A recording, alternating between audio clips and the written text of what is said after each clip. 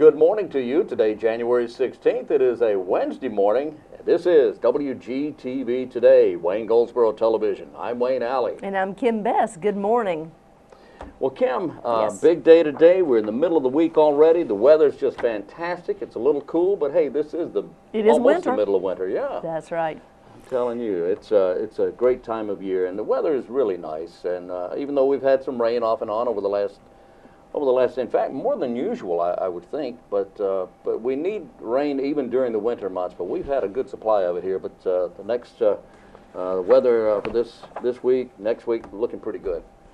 Good job. Pretty good. All right. Well, on today's show, we Yep. have, you spoke with someone, I believe, from the Literacy Center. I did. At Literacy Connections, I talked to Pat Yates. I went over there and talked to Pat, and I'm telling you, they are doing such good work. And you'll hear Pat say here recently that they had a goal now of getting and helping 50 students. Uh-huh. They ended up getting 5 times that many, and wow. there's more on the way. Wait till you hear what Literacy Connections is doing here in Wayne County. You will be astounded at the success rate they have and what's going on with Literacy Connections. They'll also tell you the kind of help they're looking for as well.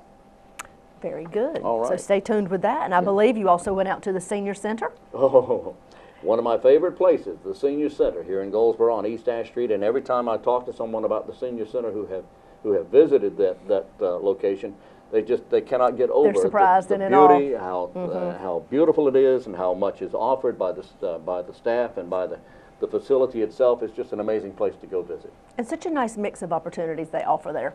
Everything. Yeah. Yeah. And then, of course, we have someone from the Arts Council that'll be here and share what all its exciting things are happening at the Arts Council for the next couple weeks. That's right. So stay tuned. Exactly right. Well, did you get a flu shot this year? I did, on air. That's right, you did. Remember, You did. the city That's nurse right, a came few over weeks and ago. gave me a shot. That's She right. sure did. Well, I received mine as well. Some people don't like to get flu shots, though. But I know. the flu is a respiratory infection caused by a variety of flu viruses. Now, the U.S. Centers for Disease Control and Prevention, the CDC, estimates that between 35 to 50 million Americans come down with the flu during each flu season, which typically lasts from November to about March. Now, children are 2 to 3 times more likely than adults to get sick with influenza. And children frequently spread the virus to others as well. As you know, they go to school, they bring it home with them. yes. Although most people recover from the illness, the CDC estimates that in the U.S. more than 100,000 people are hospitalized. Really, that many? Well, over 100,000 are hospitalized with the flu, and over 20,000 people die from the flu and its complications. I guess it just puts such a strain on your system. It does, and it affects, well, I'll read, it mainly affects older people and infants and such. But I have some details about the flu, and I'll read those again here in just a little while. Some of the things that you need to know about the flu.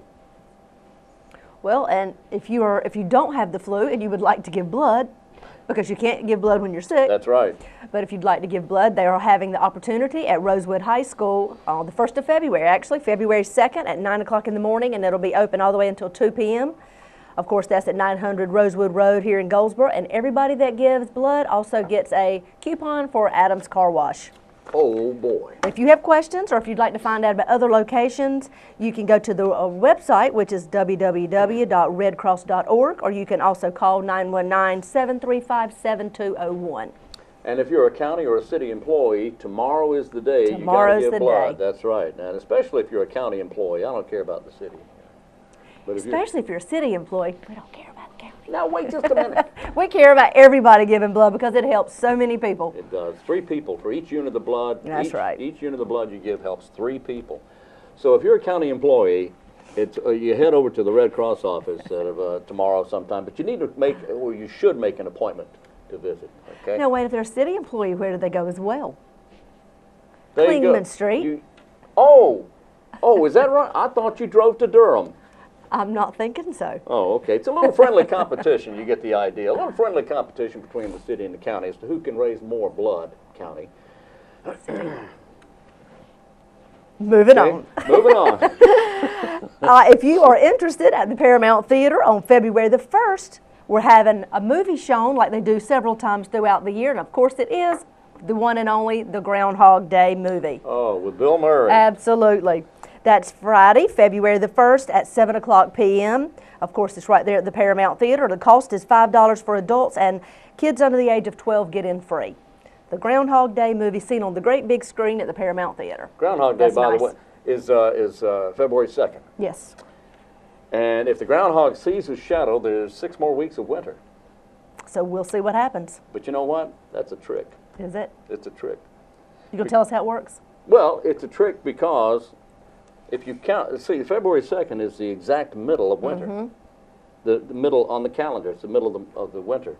And if you count from the February 2nd until March 21st or 22nd, it's 6 weeks. Ah, so it's gonna happen either way. It's going to happen anyway, yeah, regardless. So it's just something fun to do.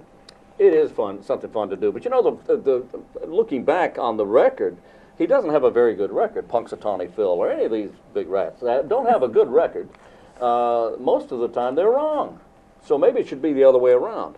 Maybe if they do see their shadow, then there will be 6 more weeks of good weather.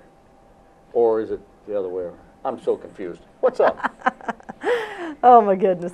Well, recently I was talking with the president of Mount Olive Chamber of Commerce, Tyler Barwick Graham, and she was telling me about the membership banquet that they're holding in Mount Olive coming up soon. It's their 7th annual membership banquet and award ceremony. And Wayne, that's happening Thursday, February the 7th, so it's coming up right around the corner. It's going to take place, let's see, at Lois K. Murphy Regional Center at Mount Olive College. It starts at 6:30 p.m. The cost is $25 per ticket, and they can be purchased at the Mount Olive Chamber of Commerce. And the Mount Olive Chamber of Commerce and the Mount Olive JCs have joined together to put on this benefit. Of course, it's a membership gathering, but it's also a time to recognize people in the community that have done great things and that have stood out throughout the year. They are looking for you to nominate people right now for different awards, and all that is on their website, the Mount Olive Chamber of Commerce's website. They've got a listing of all the different awards that you can submit people for. Oh. So nominations are still being accepted as we speak. So if you live in the Mount Olive area, please go ahead and look at the website and see if you may know somebody that either works with you in your church or just someone that you're friendly with in the community that you know has really worked hard this year and deserves to be recognized. Are these the Distinguished Service Awards? Yes, the JCs does the Distinguished Right. Service Awards, and then of course Mount Olive Chamber of Commerce gives their awards as well. Right. That's right. Those are wonderful awards, and certainly go to. It's just a great event. The awards recognize people that have gone above and beyond Absolutely. in serving the community. And the whole list of awards, of course, is on the Chamber of Commerce and Mount Olive's website. They would love to see you there, I'm sure. Police in Albany, New York, say a woman is charged with failure to maintain lane, charged with texting while driving, driving without a license in an accident that left a 44-year-old police officer hospitalized. Here's what happened. Okay. TV station there reporting Officer Garnett Lindsay was hit by a Nissan Pathfinder, that's an SUV, that was being driven by 22-year-old Lauren Owens around 2:30 in the morning this past Tuesday. Now, officials say Owens ran into a parked car after she hit the police cruiser. Police say Owens was checking her telephone for text messages at the time of the accident. Lindsay has been released from the hospital, but there is another example of texting while driving. She found a police cruiser to hit. You don't want, if you're going to hit anything, don't hit one of those, but you shouldn't be checking your text messages anyway, especially at 2:30 in the morning. My goodness. While you're driving. That is She was very 22 dangerous. years old. She's old enough to know better. You're right. You know? You're right. It's a dangerous, dangerous thing to do, to be using your phone anyway, but especially text messaging while driving. And then finding a police car to hit. Duh. Well, Wayne, let's see who you spoke with from the Literacy Center. Miss Pat Yates, I believe you said? Yes, it's Pat Yates, and she is so good at this, and she has a passion for what she does. You can tell she loves her job. She loves her job. Listen to this.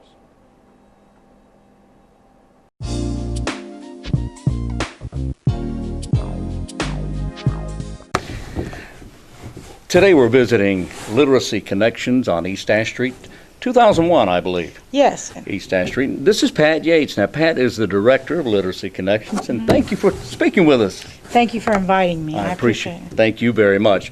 First of all, for anyone who may not be familiar with Literacy Connections, what is it? What is Literacy Connections? We are a nonprofit agency. We are primarily sponsored by United Way and Wayne County to assist the adults of Wayne County with literacy skills, the essential life skills they need for success. Primarily reading, but we also assist with some fundamental math, enough to do your checkbook, fundamental computer skills, enough to apply for a job online, and we do some targeted literacy things like family literacy, financial literacy, computer literacy, employment literacy, to help people with those special needs. So while someone may have the ability to read and have their literacy skills, they may need work in other areas, such as math, such as computer, such as checkbook. Yes.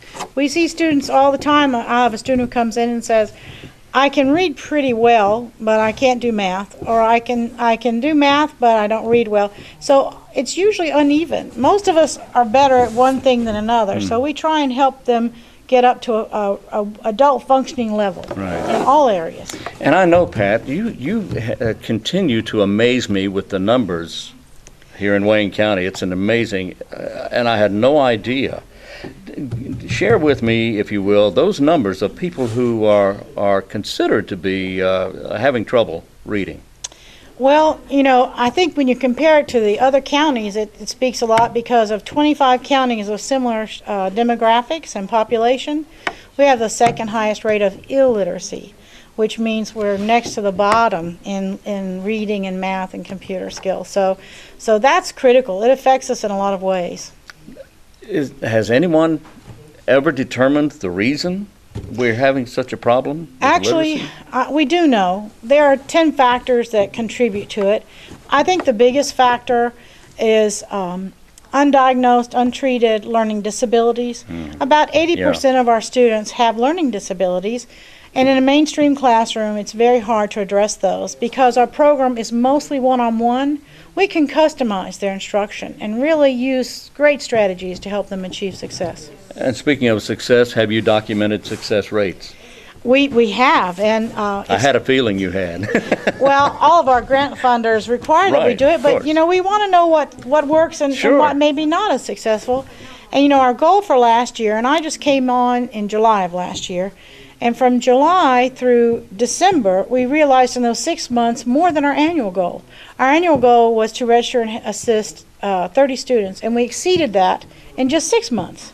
Right. So we really didn't know how 2012 would be, and I just got the data right before you walked in the door. Our goal for 2012 was to serve 50 students. Wow. We have registered and served 264 students. 264. 5 times.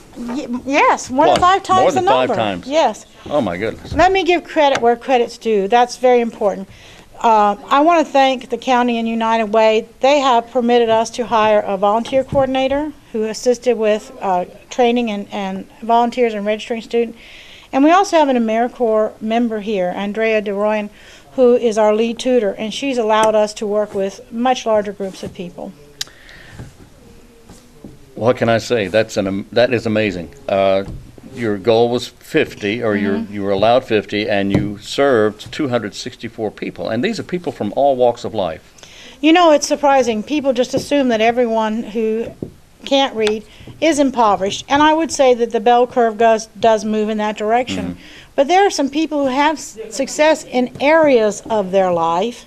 One gentleman admitted that he always hired someone to do his paperwork and whatever, and he was able to manage his farm because he hired someone.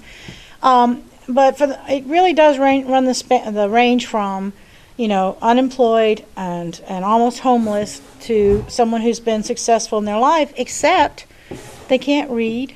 They can't read a gas pump. They can't read their medicine bottles. They can't read their bank statement, you know, but they're very, you know, but they have experienced financial success by getting others to help them. And you're able to help these people with this facility. This is an amazing place. Well, let me go even further and say that by myself, I could help maybe 15 or 20 students. What has made our organization successful, and I really want to thank Wayne County, is that we have so many organizations who've helped us. For example, the Goldsboro Lions Club has assisted us with vision services. Some of our students cannot afford to have their vision tested. And services for the blind have helped us with that. The Goldsboro Optimist Club helped us with computers and computer literacy. So any number of agencies, and then individuals have come forth. We've had some businesses and some individuals that helped us fundraise over $6,000 this last year. Oh, that's wonderful. And since our operating budget is only about $17,000 to $18,000, $6,000 is a big deal. That is us. a big chunk. You also use and need volunteers. That's our greatest need. Yeah. I tell people every day that the real agent for change, if we're going to change things in Wayne County and help people move from the burden of not being able to read or do math, the agent that really makes that change is those volunteers. The key critical issue is having a one-on-one relationship with someone that is truly committed and says, we are partners on this, I'm going to stay in it with you until you can read. I'm not successful as a volunteer or tutor until you're successful as a reader. And I see that acted out over and over again throughout the day here, and it's just a beautiful way to spend your day. Well, if what is required of a volunteer? What if someone comes in and says, I want to help, but I only... Well, first of all, many people think you have to be a retired teacher. Yeah. And some of our best tutors were never teachers. I think the most important thing is the ability, as I said, to commit and be consistent and caring in a relationship with who you're tutoring. So let me dispel that idea that you have to have been a teacher. So any adult over the age of 18 who has a high school or GED diploma can come in and volunteer and work with us. And if you're not able, if you don't feel comfortable at tutoring, we need volunteers for all kinds of things to help with fundraising and clerical things and helping us distribute our books and maintain our inventory and help with the computer. So we can use all kinds of volunteers. But with the number of students that we had this year, with 264 students, we need hundreds of volunteers. Yeah. And I'm pleased to say I believe we have had over 100 volunteers this year, because there are some volunteers who will work with 2 students. I have one lovely lady, and she comes 3 times a week to work with 3 different sets of students. Oh, wow. So we've got some really great volunteers. But all that's really required is 2 hours a week. 2 hours a week can completely change someone's life. Volunteers only need to work 2 hours a week. Only 2 hours a week. They will meet with their student for 2 hours a week. We are going to teach them some strategies to help the student continue the learning outside of the session. And we're going to teach them some strategies to make that 2 hours super efficient, super effective. Minimum of 2 hours and more if they like. They can do more. I have some wonderful tutors who really love it. The relationship thing, it's so satisfying. When Andy first started working here, she said, this is so much fun. I was like, wow, I've been doing it for 30-something years, but I'm glad to hear someone else feels that way. But we asked for 2 hours. We have some tutors who are really committed. We have one lady that was one of our first students, and she couldn't read at all, and she was very frustrated. She had tried everything with friends, with family members, with other classes, and could not have success. Her tutor meets with her 7 hours a week, because this lady has multiple learning disabilities and needs and is willing to work very hard. So her tutor was able to make that commitment. But I'd say 90% of our tutors give 2 hours a week, but they're very smart with that 2 hours, and they know what they're doing, and they're able to be so effective. You help train the tutors? We individually train one-on-one each tutor, and then we give them tremendous support. I make sure they know all the staff here. We have worked very hard this year. We have worked very hard to build a number of curriculum materials. You see behind me a bookcase of some of our curriculum materials. Yes. Well, a year ago, there was no bookcase and there was no books. Oh, wow. When we started 18 months ago, we had little more than a few files. We had literally a handful of maybe a dozen books. And so everything that you see when you visit this lab has been created in the last maybe 18 months. And that's been because of the generosity of the community. Churches and The Salvation Army and other libraries have been happy to give us their discards or sell us book at a discounted rate. We have we wrote our own, you know, the primer when you first learn to read, the Dick and Jane kind of book. Right, See Spot Run. Yeah, well, those books, if you buy them new, they're $29. Oh my! So we couldn't afford that, so we sat down and we wrote our own book. Oh, you So did? We photocopy it, and our students love it. They can write in it, That's and wonderful. so yeah, it has my drawing in it. I don't know how wonderful that is, but and it's been a tremendous success for us. We buy a few used books online that you can't buy anywhere else, but we always buy them used for about half of what they cost us new, and like the books you see behind us have either come from individual or community donations, or have come from places like we go to Goodwill, the Habitat for Humanity store, and those folks are great because they keep an eye out for us, knowing that we need dictionaries, knowing that we need youth novels, knowing that we need high interest books. They're really helpful in looking out for us. So aside from volunteers, what do you next need most? Well, of course, everybody needs financial resources. Right. You know, we had budgeted for 50 students this year. So in order to serve 264 students, we stretched our budget to the max and our creativity. And my hope and my fear is knowing that there are at least 29,000 people in Wayne County, and I'm serious about that, 29,000 people who read on a low elementary school level.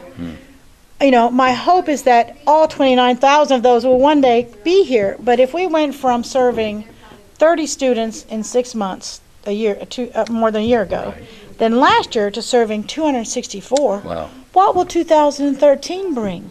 So I need volunteers. I need books. I need any kind of supplies, binders, paper. And of course, financial donations are very appreciated, and we can give a tax statement to anyone who does choose to donate. So how does someone do this? How do they contact you to either ask questions, to volunteer, or to perhaps join the program? Well, I think the best thing, and I learned this from Famous Amos of the cookie thing. He was sponsoring a literacy program, and he said, give me an hour. So I invite anybody in the community that's interested to come here.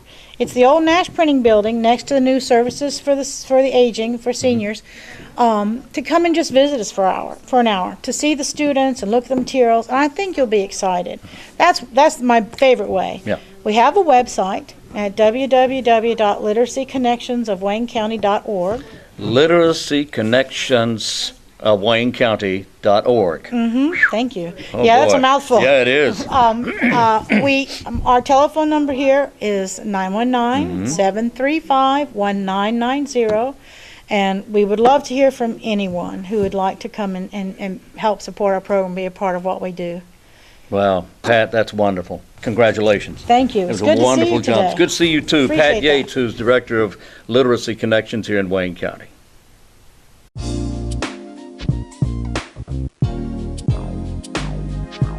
Street 2001, I believe it is. It's in the old Nash Printing Yes. Company building there on East Ash Street near Claiborne. It's a relatively new location for them. Indeed it is. She shares that building with the Veteran Services Office, and it's a beautiful location, a great location there, and they do such great work. And they needed room to be able to spread out. And again, they need volunteers all the time. And It makes a difference in it our does. community. It certainly does. Wonderful. Makes a difference. Well, I wanted to remind you, the Goldsboro Youth Council, they had their meeting today, 7 o'clock p.m. tonight in the council chambers here in City Hall. That is tonight at 7 p.m. Amsterdam. Yes. A 76-year-old man lost his lottery ticket. Okay. Dropped it. He found himself trapped in an underground waste paper container in Amsterdam after he clambered in to hunt for a lottery ticket. Police said in a statement that the elderly gentleman managed to open the container, and then climb in because he feared he had tossed out a lottery ticket along with other used paper. Put it in the trash, he did. Passers-by heard him calling for help and alerted police, who freed him with the help of firefighters. That story coming out of Amsterdam. This is all recent, and there's a lesson to be learned there. That was all in a trash dump? It was all in, yeah. But he got caught in there and couldn't get out. He got caught in there and couldn't get out. So there's a lesson there. And as soon as I figure out what the lesson is, I'll let you know what that is as soon as I figure it out. Thank you so much. I appreciate that. Yeah, but he was not texting. Okay? While searching for his ticket. While searching for his ticket. There you go. All right.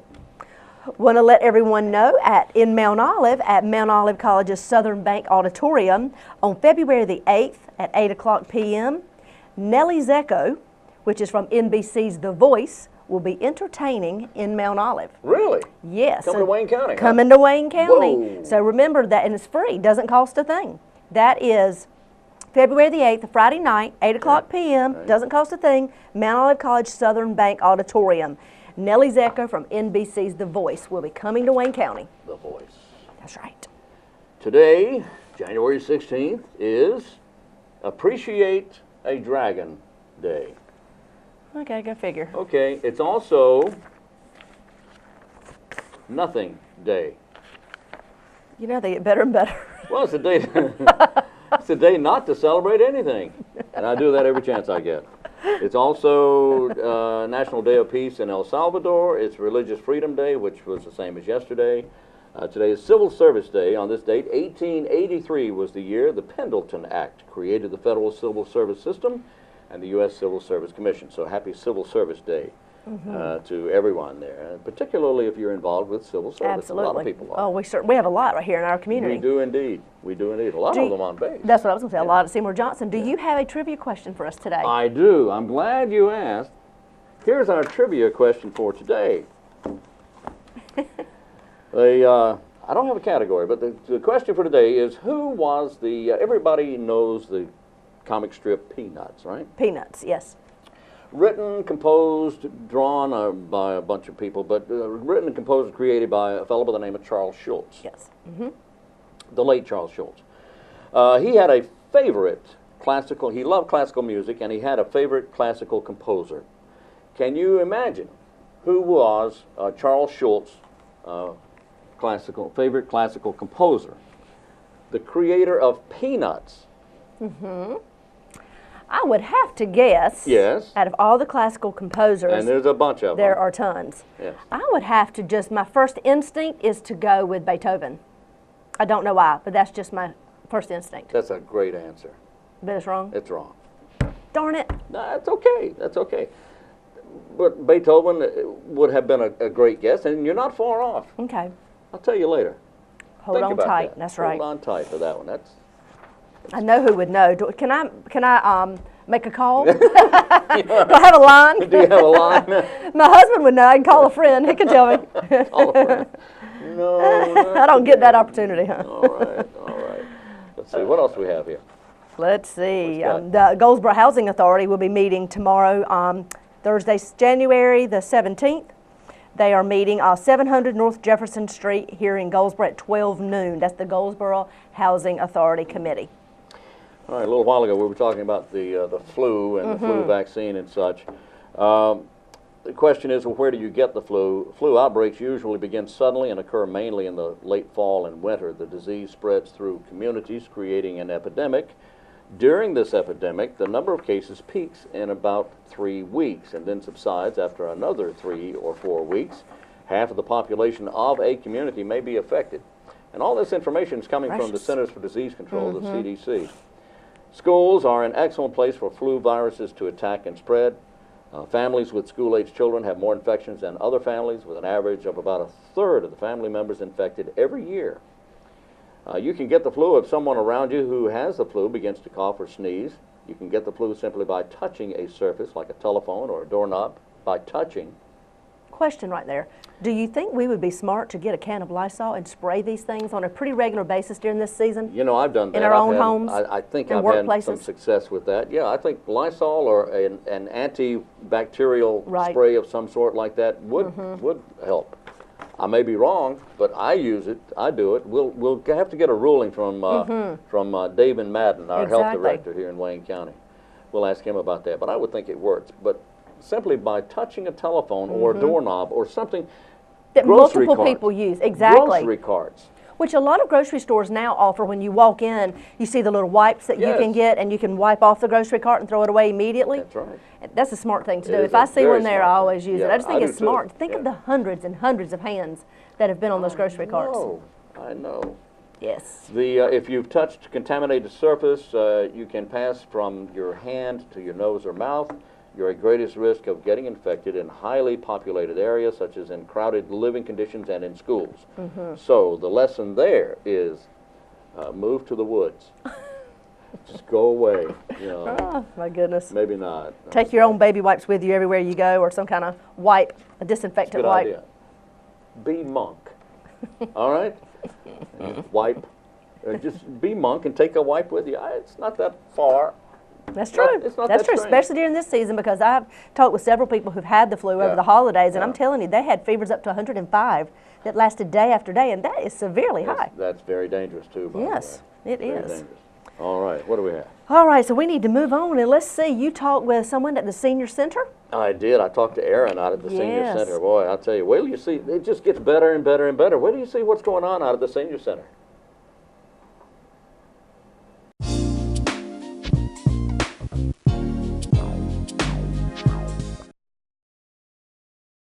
Today we're talking with ERYN McAULIFFE, Director of the Services on Aging, and we're here, ERYN, at the Senior Center. That's right, the Peggy M. Seeger Senior Center. It's 2001 East Ash Street. All right, and we're in, what room are we in We're here? in our fitness room. Oh, we yeah. We thought we'd start here because it's New Year's and people are having New Year's resolutions to get fit, and what a better place. We have 10 pieces of equipment, brand new commercial grade fitness equipment. We've got some seniors here showing you how to do it. There's televisions on the wall that you can watch TV, and this room is available for any senior age 60 and older to use whenever we're open. Okay, what's the admission charge to this room? What does it cost? Free, no charge. What? No charge. None. Tax dollars. It's your tax dollars at work. 60 years and older can come into this room and take advantage of these machines. Of all the equipment, yes. You have recumbent bikes over here, several of those. We have ellipticals, seated elliptical, standing elliptical, recumbent bikes, treadmills, what is known as an ergometer to work your arms, rowing machine, and then off to the side here a functional trainer, which is the same thing as weights. Oh, okay. And I have, at certain times, I have staff available that can train you to use the machine. Say you wanted to work on your core, you could figure out, you know, and be told which of this equipment and what to do to work on whatever part of your body you want to work on. Oh, okay. So you don't come in and just guess at what you have to use. You can, well, you can. You can, but you can also get help. Informed information. Okay. But now this room is open whenever we're open, and I find some seniors who like early morning are happy. We open at 7:30 in the morning, and we close at 8:30 at night on Monday, Tuesday, Thursday, and Friday. So from 7:30 in the morning to 8:30 at night, you could come in here and use this room equipment. if you're 60 years and older. So, yep. Wednesdays we close at 6, and we are open Saturdays also 10 to 2:30. So you could come in and use the equipment. All right. Now, if you're a youngster, 59 and a half or younger, I'm sorry. You're just out of luck. Just hang in there. Yeah, hang in there. You'll make it. All right. Okay, ERYN, we're going to walk around. We'll get a shot at another room here in just a moment. Yes. Okay. Hey, Wayne. Hi, ERYN. Good to see you again. Good to see you as well. It's been like forever. Yeah. Continuing our visit to the Senior Center here with ERYN McAULIFFE, Director of Services on Aging. What room are we in now, We're ERYN? in the multi-purpose room now, and it might seem like a big empty room to you. It is a big empty room. Because that's what it is, Oh. and that's its function for us. We use this room for chair exercise classes, line dancing classes. We're starting a new class called Arthritis Exercise, and that is an exercise program designed for people with arthritis, joint, gentle, safe exercises that hopefully will help you feel better. That's going to start in January, and once again we have to limit the class because of the size of the room, so people need to call me to pre-register if they want to, and that's arthritis exercise classes. Okay, now these are going to start when? January 15th, but it'll be in this room. We also, if you notice, we have a Wii machine, so people can come in and learn to play the Wii, which is a great game, and you can impress your grandchildren that you know how to do this. All right, one of the greatest stories I have ever heard is when there were some youngsters that came in. Tell me about that. Well, when we first got the Wii machine, our seniors particularly like to do Wii bowling. And the way the Wii works, there's a TV screen, you hold a controller, and when you move the person on the TV screen moves, and that's how you compete in games. So we invited these children from a daycare to come over and play the Wii with us, and they were very excited until they came and found that the seniors won every single game. Every game. Every game. We had to promise that if they came back next time, we wouldn't do any bowling because the seniors were so good at it. Oh, that's great. That's a great story. It is a great story. All right, this room is, what's the title again? It's called the multi-purpose room. Multi-purpose room. Yeah, we have chair exercise, line dancing, the Wii. We set up table tennis, and then, as I said, we're adding that arthritis exercise. Yeah. And when you pan out, you can look. This room is connected to our meal site, so if we need to extend and have a very large space, we can, or we can close it off with a movable wall. All right. But we're getting ready for bingo, so Wayne will be panning out and show you. We have bingo on Thursdays at 10, and it's almost 10, so we're getting ready for it. Volunteers who collect prizes. There is no charge for this. You can, if you're a senior. You see, it's good to be a senior in Wayne County. It is good. Oh, yeah. Good thing. Very you get good. to come in and play bingo for free. All right. Very good. Thanks. Thank you, Erin. As you enter the Senior Center here on East Ash Street in Goldsboro, come into the lobby. The receptionist desk is right here, and over to your left as you walk in, you see ERYN McAULIFFE. Actually, you see the gift shop. The backdrop of our gift shop. The gift shop. I'm very excited about. We have a group called the Friends of the Senior Center. They are applying for nonprofit status, and they're going to run this gift shop to benefit the Senior Center. Wow. And these are all donated items. I wanted you to have a chance to look because we're opening in January on the old board. I have to look. I'm sorry. It's okay. The gift shop 24th on the of 24th of January, the gift shop opens. Mondays and Thursdays from 10 to 2 will be open, so you can come in and find beautiful items at a very good price and know that you're helping the Senior Center. That's great. From 10 to 2. Starting the 24th. Starting on the 24th. Mondays and Thursdays. Mondays and Thursdays only. Okay, ERYN, that's great. Please come by. Do it.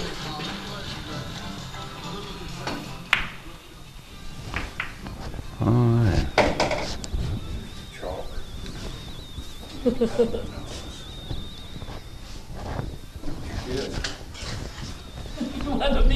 Right. Okay, that's wonderful. And we're trying to be quiet because these gentlemen are in here playing billiards. ERYN, tell me about the billiard room. Our billiard room has 2 regulation-sized billiard tables. It gets used quite a bit. And I'm also excited to tell the public that they're offering free billiards lessons for seniors. What? I have a senior, Howard Bass. He's a regular at the center, and he won the silver medal for the state level of the senior games in billiards. So Wow. This man knows what he's doing. And he and several others are offering free lessons Wednesdays at 2:30 here at the Senior Center. If, once again, if you are a senior, if you're lucky enough to be 60 or older. Okay, well, these two guys don't qualify, but No, but otherwise, aside from Wednesdays at 2:30, the billiard room is open for any senior to use anytime that we are open. all right. That is We excellent. also have a little TV if you notice, Wayne, so you can watch a game or watch TV while you're playing if All you right. want. Excellent. All right. ERYN, thank you very much. Thank you. Straight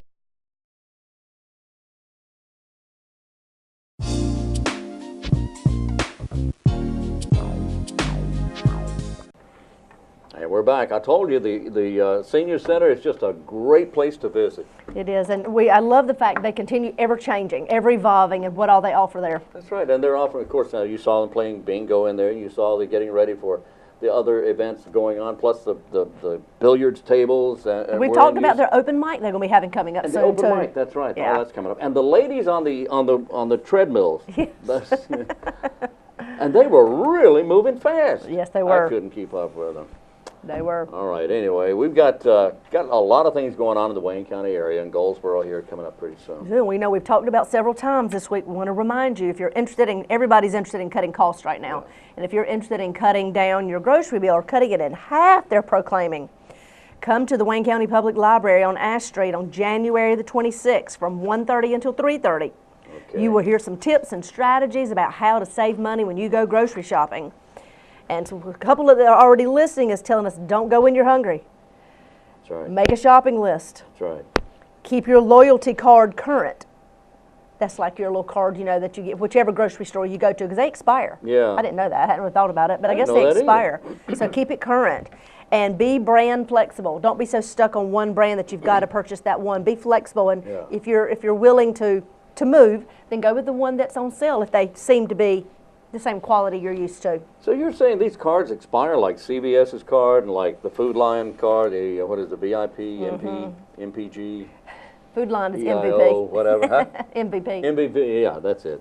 Yeah. So that's just a few tips, but they've got a long list of things they're going to talk with you about. And of course, coupons is of course a way that you can always cut costs, but they're going to give you a long list of things to talk about. They're saying it's going to cut your grocery bill in half. It'll be worth it. In half. To hear what they've got to say. Saturday, January 26th. It just depends on what you're spending now and True. what cost-saving efforts you're putting forth now. But to cut a grocery bill in half, that's big dramatic, deal. isn't it? That is big. Wow. Just think about how much that would add up week after week after week. I know. You'd have a whole bunch of halves. Yes, you would. That's right. Okay. So what else is going on, Wayne? Allie? Well, let's see. Today's the 16th. Yes, it is. So we're almost halfway through. In fact, we are halfway through the month. That means 1/24 of the year is over. I'm not rushing things. Don't do that. I'm not rushing Don't things. do that. All right. Oh, gracious. I want to remind you that Goldsboro Parks and Recreation has scheduled their second Hillbilly Hike, which is a 5K obstacle course. We went out last year and watched as over 100 individuals participated in the very first Hillbilly Hike obstacle course. And this year, it'll be in May. Actually, it's all in one year. The last one was just in September. Right. They're going to hold it in May. Right. And last time they did it, it was over at Waynesboro Park. Yeah. This time in May, it's going to be at Stony Creek Park. And they've added things to it. It's going to be a little bit different. And you know how Scott Barnard and Mark come on and talk about all the various things. Well, this year, one of the things that I keep remembering because I've got a mental picture of it is they have a vat of grits that you wade through. You wade through the vat of grits. Oh, yes. Oh, boy. And they've got many, many other obstacle courses, but that's just one of the pieces to that. But the great thing about this year is it's going to benefit all the funds raised from this Hillbilly Hike this year are going to benefit 2 local North Carolina veterans through the Homes for Our Troops program. That's wonderful. Exactly. And recently I have been given 2 video clips of both of these veterans, and I have shared the video clips on the City of Goldsboro's Facebook page so you can individually hear what happened to these young men, how they were affected through the war or through serving with our military, and how participating in this Homes for Our Troops program will absolutely change their life. Change their life. It's certainly a wonderful, wonderful effort. It is. By the Hillbilly Hike. Again, the date on that is? I don't know the date. I know it's in May. I can't remember. May. But if you go to hillbillyhike.com, you can get all the information there. You can actually go ahead and start registering. All right. And it's going to be? At Stony Creek Park. Stony Creek Park. That's right. All right. Birthdays today, very quickly. Sade, having a birthday. The singer's 55. Wow. Debbie Allen is having a birthday. She is 62. Can you believe that? My goodness. Ronnie Millsap having a birthday from Robbinsville, North Carolina. He is 68. Jim Stafford, I don't like spiders and snakes, is 67. Also a birthday today for Kate Moss. The model is 37 years today. And Albert Pujols is 32 years today.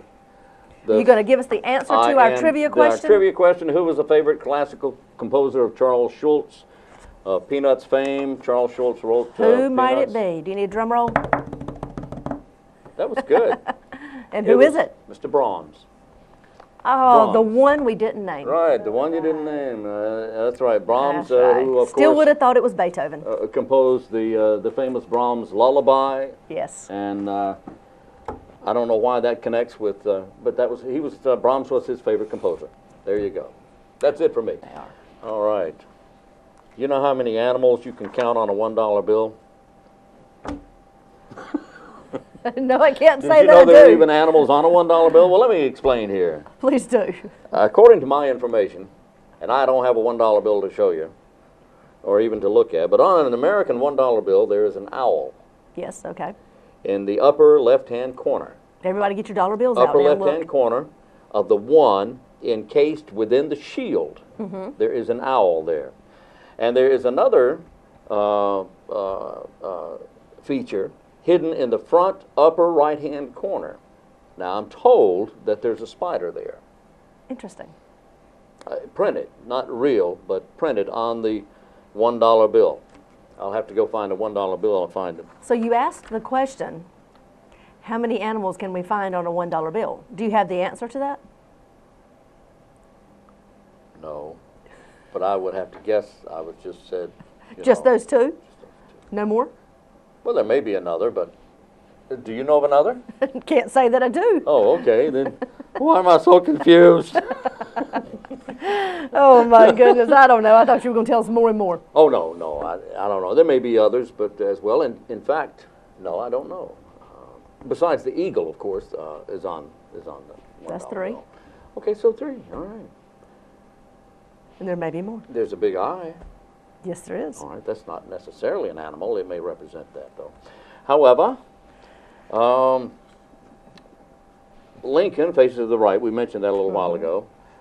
Quarters, nickels, and dimes What about them? are not made of what you might think they're made of. Nickels used to be made of nickels. Pennies used to be made of copper. Yes. Not anymore. No. Now, all of that, quarters, nickels, and dimes are now currently made from nickel and copper. Nickel and copper. Pennies are currently made from copper-plated zinc. Okay. Zinc, as in kitchen zinc. No, it's not that. But I just throwing that little bit of trivial information out there for you. Are you a label reader? Yes, sometimes. Not all the time. Labels often will, food manufacturers will often use labels to, well, they're required to have labels. Yes, and required to have certain Nutrition bits of information. Yeah. And sometimes you'll see labels that say free, calorie-free, cholesterol-free, and all that. Sodium-free, and Well, the what list does goes that on. really mean? Well, free indicates that the product contains none or only negligible amounts of fat, saturated fat, cholesterol, sodium, sugar, and or calories. For instance, calorie-free means that it has fewer than 5 calories. Okay. It doesn't mean it has none, it just means it has fewer than 5. Cholesterol-free means it has less than 2 milligrams of cholesterol and 2 grams or less of saturated fat per serving. Fat-free means it still has less than 1/2 gram of fat per serving. This is per serving, and you know, per serving is really... That'll trick you. That will trick you every time. Sodium-free means it has less than 5 milligrams of sodium. Sugar-free is less than 1/2 gram, and a gram is 1,000 milligrams. So that sugar-free means it still has, or can have, as much as have 500 milligrams of sugar per serving. So be careful and know what you're reading when you're reading labels. It's a good idea to read labels. It's very informative, but sometimes But you got to be careful. Fool you. Yeah, That's you got to right. be careful. All right. Well, that's their marketing strategies, I'm sure. All right. Well, today's the 16th of January. That means tomorrow is the I believe it might be the 17th. 17th of January. So we'll ask you to join us again at that time on the 17th at 7 a.m. in the morning. That will be a Thursday morning. Please join us at that time and again throughout the day here on WGTV Today. That's right. We want to just tell you one last date before we close out. And we want to tell you that the traveling Vietnam Wall is coming to Wayne County. Oh, we yeah. did want to mention that. It is coming Thursday, April the 18th. Mark your calendar. We'll give you more details later. We wanted to make sure you remember Vietnam Wall, the traveling wall. It's coming to Wayne County. We'll be at Mount Olive College Thursday, April the 18th. Yeah, Wayne Community College. Wayne Community College. Yes. What did I say? Mount Olive. Oh, okay. Wayne Community College. Wayne Community College. That's right. That's right. We'll give you more details later. We just wanted you to remember. That's right. All right. Thank you for joining us today. I'm Kim Best, And I'm Wayne Alley. and this is what's happening in our community.